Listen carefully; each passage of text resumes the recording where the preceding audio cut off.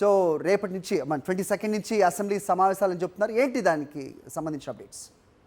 ఈ నెల 21, 22 తేదీల్లో ఆంధ్రప్రదేశ్ శాసనసభ సమావేశాలు జరగనున్నాయి.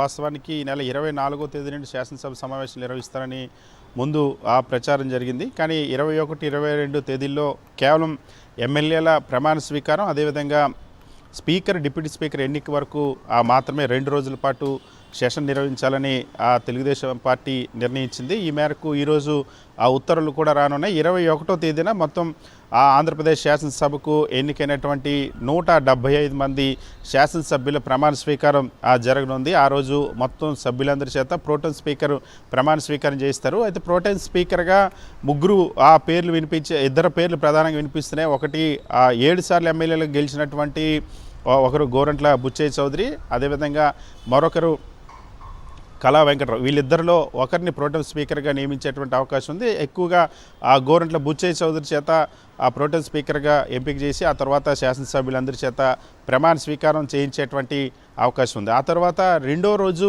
శాసనసభ సమావేశాల్లో స్పీకర్, డిప్యూటీ స్పీకర్ ఎన్నిక నిర్వహించనున్నారు. ముఖ్యంగా స్పీకర్కి సంబంధించి అయితే ఇప్పటికే క్లారిటీ వచ్చింది. వాస్తవానికి తెలుగుదేశం పార్టీలో స్పీకరు పదవికి సంబంధించి అనేక మంది పేర్లు వినిపించాయి.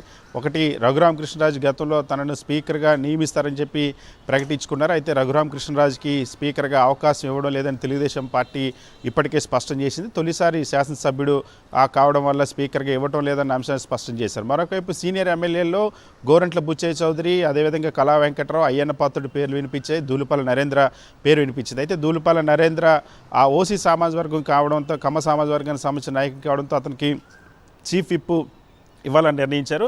సో మొన్నటి వరకు శాసనసభలో 2019, 24 వరకు శాసనసభలో స్పీకర్గా వైఎస్ జగన్మోహన్ రెడ్డి ప్రభుత్వంలో ఉత్తరాంధ్ర నుంచి బీసీ నాయకుడైనటువంటి తమ్మినేని సీతారాం ఉన్నారు. సో అనివార్యమైనటువంటి పరిస్థితుల్లో ఆ కంపారిజన్ వస్తుంది కాబట్టి ఇప్పటికే బీసీ, ఎస్సీ, ఎస్టీ, మైనార్టీలకి మంత్రివర్గంలో తక్కువ సంఖ్యలో మంత్రి పదవులు ఇచ్చినటువంటి నేపథ్యంలో చంద్రబాబు స్పీకర్ మాత్రం జగన్మోహన్ రెడ్డి ఆ ఫార్ములాని ఫాలో అవ్వాలని నిర్ణయించారు. సో బీసీ నాయకుడికి స్పీకర్గా ఎంపిక చేయాలని నిర్ణయించుకున్నారు. సో అందుకోసమని ఆ మంత్రి పదవి ఆశించి భంగపడ్డటువంటి అయ్యన్న పాత్రుడే, నర్సీపట్నానికి సంబంధించినటువంటి ఎమ్మెల్యే అయ్యన్న పాత్రుడు కూడా 7 సార్లు శాసనసభ్యుడిగా ఎన్నికయ్యారు.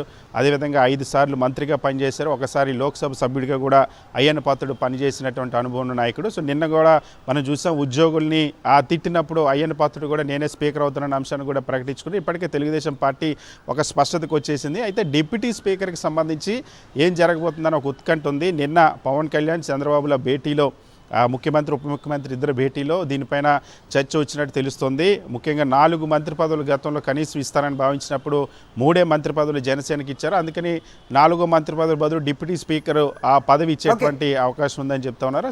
డిప్యూటీ స్పీకర్కి జనసేన నుండి అయితే లోకం మాధవి, బొలిశెట్టి శ్రీనివాస్, బొమ్మిడి నాయక్ గారి పేర్లు అయితే వినిపిస్తున్నాయి. వీరిలో ఇంకా స్పష్టత రావాల్సినటువంటి అవసరం ఉంది. Hari, okay. So deputy speaker జనసేనకి ఇచ్చే అవకాశాలు ఉన్నట్టుగా అయితే తెలుస్తుంది. దాంట్లో కొన్ని పేర్లు కూడా వినిపిస్తున్న నేపథ్యం కూడా మనం చూస్తున్నాం. Thank you.